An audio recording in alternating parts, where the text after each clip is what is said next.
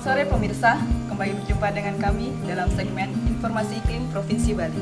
Sebuah tayangan yang akan memberikan informasi kepada masyarakat terkait kondisi iklim yang sedang dan akan terjadi khususnya di Provinsi Bali. Pemirsa yang berbahagia, musim hujan yang masih berlangsung saat ini tentunya memberikan dampak yang berbeda sesuai dengan tinggi rendahnya curah hujan serta tingkat keseringan hujan yang terjadi. Tingkat keseringan hujan memberikan informasi kepada kita terkait keberlangsungan musim hujan di suatu daerah. Berikut akan kami sampaikan tingkat keseringan hujan di Provinsi Bali yang kami kemas dalam informasi Hari Tanpa Hujan di Pulau Bali.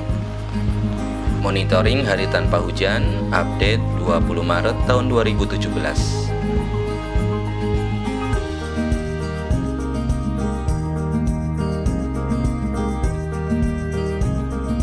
Berdasar peta hari tanpa hujan, dapat kita lihat bahwa untuk daerah-daerah yang berwarna hijau tua, pada saat pengumpulan data, daerah-daerah tersebut masih terdapat hujan. Sedangkan untuk daerah yang berwarna hijau muda, telah termonitor selama 5 hari berturut-turut tidak turun hujan. Dan untuk daerah yang berwarna orange, sekitar 11-20 hari berturut-turut sudah tidak diguyur hujan, yang merupakan indikasi awal masuknya musim kemarau. Pemirsa yang berbahagia, sebagian masyarakat mungkin bertanya tentang bagaimana kondisi curah hujan yang akan turun di bulan April dan Mei 2017. Apakah curah hujan masih tinggi, sedang, atau bahkan lebih rendah? Berikut akan kami sampaikan pada perakiraan curah hujan untuk bulan April dan Mei 2017 yang kami awali dengan informasi dinamika atmosfer terkini yang melatar belakangi kondisi iklim yang akan terjadi. Pola angin pada ketinggian 850 mbar atau 1.500 meter di atas wilayah Bali masih didominasi angin baratan dan terpantau masih terdapat pusaran angin di lautan selatan Bali. Hal ini mengindikasikan transport uap air dari wilayah Indonesia menuju atas Pulau Bali masih cukup untuk menimbulkan hujan di wilayah Bali selama bulan Maret ini. Anomali suhu permukaan laut seminggu terakhir di sekitar Bali menunjukkan kondisi lebih dingin dari normalnya. Hal ini mengindikasikan mulai berkurangnya pasokan uap air di sekitar wilayah Bali, memasuki bulan April yang diprediksi menjadi awal mulainya musim kemarau di sebagian wilayah pesisir Bali. Suhu permukaan laut di sekitar wilayah Pasifik Tengah diprediksi semakin menghangat dan berpeluang membentuk pola El Nino lemah memasuki pertengahan tahun. El Nino lemah berarti terdapat potensi pengurangan curah hujan di wilayah Indonesia namun tidak signifikan. Perakiraan curah hujan bulan April dan Mei tahun 2017. Melalui peta perakiraan curah hujan bulan April tahun 2017 dapat kita lihat bahwa curah hujan dengan kategori tinggi berkisar antara 300 sampai 500 mm kami prediksikan terjadi di Sukasada, Baturidi dan Petang, serta Rendang. Untuk curah hujan kategori rendah dengan berkisar antara 0 sampai 100 mm kami perkirakan terjadi di sebagian Melaya, Jembrana, dan sebagian Gerogak, Kabupaten Buleleng. Untuk curah hujan dengan kategori menengah berkisar antara 100 sampai 300 mm kami prediksikan terjadi di hampir seluruh Pulau Bali dan Nusa Penida. Selanjutnya kami sampaikan peta perakiraan sifat hujan bulan April tahun 2017. Dapat kami informasikan bahwa sebagian besar curah hujan bersifat di atas normal, yang berarti curah hujan lebih tinggi dari biasanya. Selanjutnya kami sampaikan peta perakiraan curah hujan bulan Mei tahun 2017. Curah hujan dengan kategori rendah berkisar antara 0 sampai 100 mm kami perkirakan akan terjadi di sebagian kecil pesisir utara dan selatan Pulau Bali serta Nusa Penida. Untuk kategori menengah berkisar antara 100 sampai 300 mm kami prediksi akan terjadi di sebagian besar wilayah tengah dan timur Pulau Bali.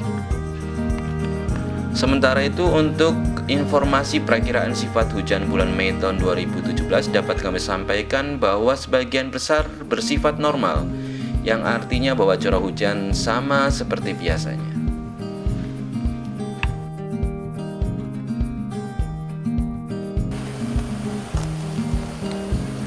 Pemirsa yang berbahagia, letak astronomis dan geografis Indonesia memberikan dampak perubahan musim yang membawa berkah tersendiri bagi masyarakat.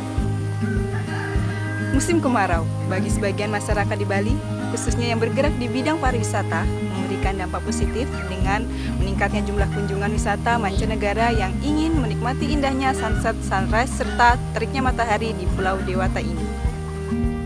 Berikut akan kami sampaikan informasi perakiraan awal dan sifat musim kemarau sebagai referensi untuk menentukan langkah strategis dalam menyusun rencana Anda ke depan.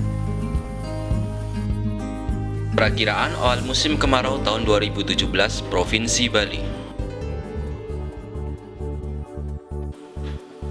Awal musim kemarau akan dimulai di daerah bagian selatan Gianyar, Klungkung, dan Karangasem, serta Nusa Penida. Kami perkirakan daerah-daerah tersebut akan mengalami musim kemarau pada Maret dasarian ketiga. Selanjutnya untuk daerah Buleleng bagian barat, serta bagian selatan Tabanan dan Badung, serta Denpasar, kami perkirakan musim kemarau akan tiba pada bulan April dasarian kedua. Selanjutnya untuk daerah Buleleng bagian timur serta Karangasem bagian utara, kami perkirakan musim kemarau akan tiba pada bulan April dasarian ketiga. Sedangkan untuk daerah seperti Jembrana bagian barat, Jembrana bagian selatan, dan Tabanan bagian selatan, Bangli bagian utara, serta Karangasem bagian timur, kami perkirakan daerah-daerah tersebut akan memasuki musim kemarau pada bulan Mei dasarian pertama.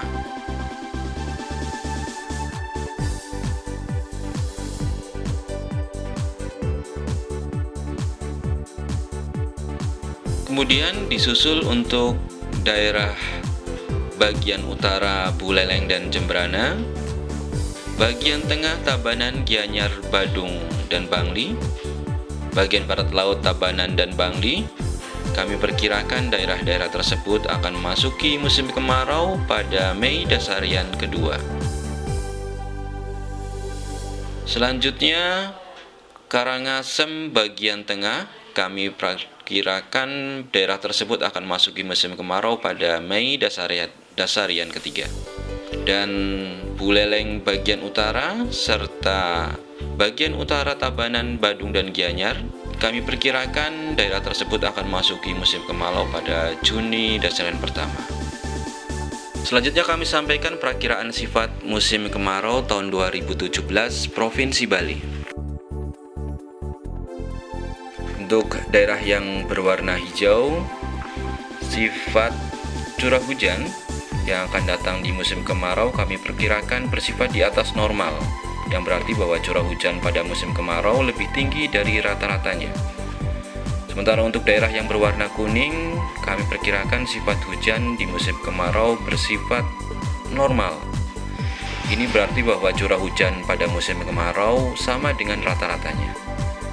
Dan untuk daerah yang berwarna coklat, kami perkirakan bahwa sifat hujan di musim kemarau bersifat di bawah normal, yang berarti bahwa curah hujan pada musim kemarau lebih rendah dari rata-ratanya.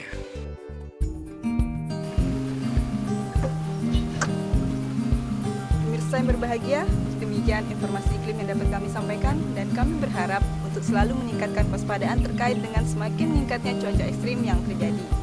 Terima kasih atas perhatiannya dan sampai jumpa pada segmen informasi iklim berikutnya.